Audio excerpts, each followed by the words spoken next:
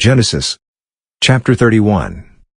Jacob heard Laban's son's words, saying, Jacob has taken away all that was our father's. He has obtained all this wealth from that which was our father's. Jacob saw the expression on Laban's face, and, behold, it was not toward him as before. Yahweh said to Jacob, Return to the land of your fathers, and to your relatives, and I will be with you. Jacob sent and called Rachel and Leah to the field to his flock, and said to them, I see the expression on your father's face, that it is not toward me as before, but the God of my father has been with me. You know that I have served your father with all of my strength. Your father has deceived me, and changed my wages 10 times, but God didn't allow him to hurt me. If he said, The speckled will be your wages, then all the flock bore speckled. If he said, The streaked will be your wages, then all the flock bore streaked. Thus God has taken away your father's livestock, and given them to me. During mating season, I lifted up my eyes, and saw in a dream, and behold, the male goats which leapt on the flock were streaked, speckled, and grizzled. The angel of God said to me in the dream, Jacob, and I said, Here I am. He said, Now lift up your eyes, and behold, all the male goats which leap on the flock are streaked, speckled, and grizzled, for I have seen all that Laban does to you. I am the God of Bethel, where you anointed a pillar, where you vowed a vow to me. Now arise, get out from this land, and return to the land of your birth. Rachel and Leah answered him, Is there yet any portion or inheritance for us in our father's house? Aren't we considered as foreigners by him? For he has sold us, and has also used up our money. For all the riches which God has taken away from our father are ours and our children's. Now then, whatever God has said to you, do. Then Jacob rose up, and set his sons and his wives on the camels. And he took away all his livestock, and all his possessions which he had gathered, including the livestock which he had gained in Paddan Aram, to go to Isaac his father, to the land of Canaan. Now Laban had gone to shear his sheep, and Rachel stole the teraphim that were her father's. Jacob deceived Laban the Syrian, in that he didn't tell him that he was running away. So he fled with all that he had. He rose up, passed over the river, and set his face toward the mountain of Gilead. Laban was told on the 3rd day that Jacob had fled. He took his relatives with him, and pursued him 7 days' journey. He overtook him in the mountain of Gilead. God came to Laban the Syrian in a dream of the night, and said to him, Be careful that you don't speak to Jacob either good or bad. Laban caught up with Jacob.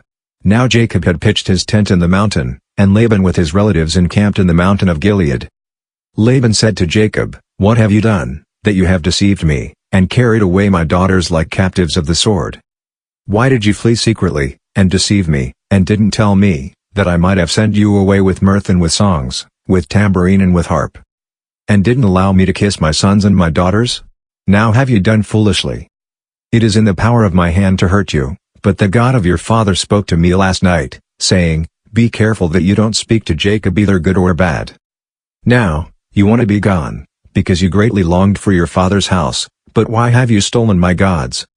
Jacob answered Laban, Because I was afraid, for I said, Lest you should take your daughters from me by force.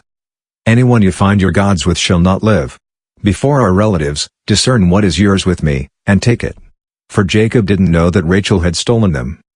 Laban went into Jacob's tent, into Leah's tent, and into the tent of the 2 female servants, but he didn't find them. He went out of Leah's tent, and entered into Rachel's tent. Now Rachel had taken the teraphim, put them in the camel's saddle, and sat on them. Laban felt around all the tent, but didn't find them. She said to her father, Don't let my lord be angry that I can't rise up before you, for I'm having my period.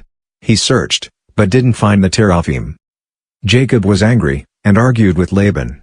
Jacob answered Laban, What is my trespass? What is my sin, that you have hotly pursued me? Now that you have felt around in all my stuff, what have you found of all your household stuff? Set it here before my relatives and your relatives, that they may judge between us two. These 20 years I have been with you. Your ewes and your female goats have not cast their young, and I haven't eaten the rams of your flocks. That which was torn of animals, I didn't bring to you. I bore its loss. Of my hand you required it, whether stolen by day or stolen by night. This was my situation, in the day the drought consumed me, and the frost by night, and my sleep fled from my eyes.